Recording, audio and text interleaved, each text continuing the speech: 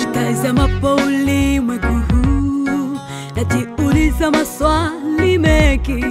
Mungu ametumia teknolojia gani kwa kuumba ulimwengu huu?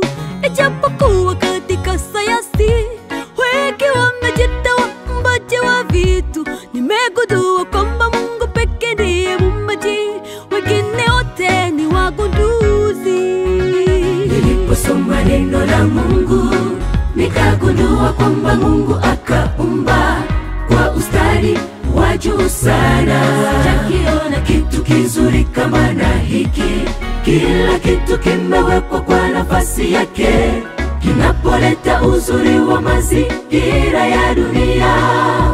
Umewaiona mjengaji gani akijenga kwa neno isipokuwa Mungu pekee? Niliposoma neno la Mungu, nikagundua kwamba Mungu akaumba kwa ustadi wa juu sana. Sijakiona kitu kizuri kama na hiki. Kila kitu kimewekwa kwa nafasi yake, kinapoleta uzuri wa mazingira ya dunia. Umewaiona mjengaji gani akijenga kwa neno isipokuwa Mungu pekee?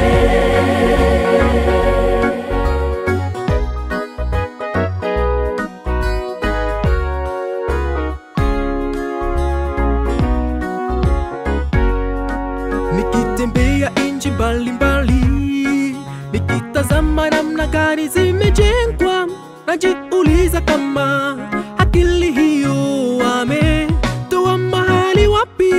Ijapokuwa wametenda mambo ya kushangaza hata dunia nzima, tambua kwamba Mungu ndiye muumbaji wao.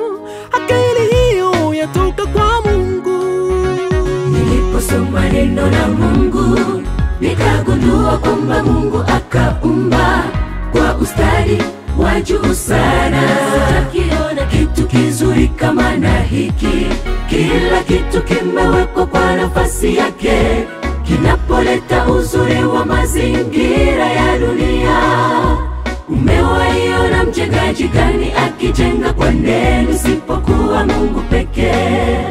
Niliposoma neno la Mungu, nikagundua kwamba Mungu akaumba kwa ustadi wa juu sana. Sijakiona kitu kizuri kama na hiki. Kila kitu kimewekwa kwa nafasi yake, kinapoleta uzuri wa mazingira ya dunia. Umewaiona mjengaji gani akijenga kwa neno isipokuwa Mungu pekee? Umewaiona mjengaji gani akijenga kwa neno isipokuwa Mungu pekee? Natoa onyo ndugu yangu ufikirie, sayansi imewapotosha wengi kusema kwamba vitu vilijitokeza tu. Tambua kwamba Mungu ndiye kila kitu.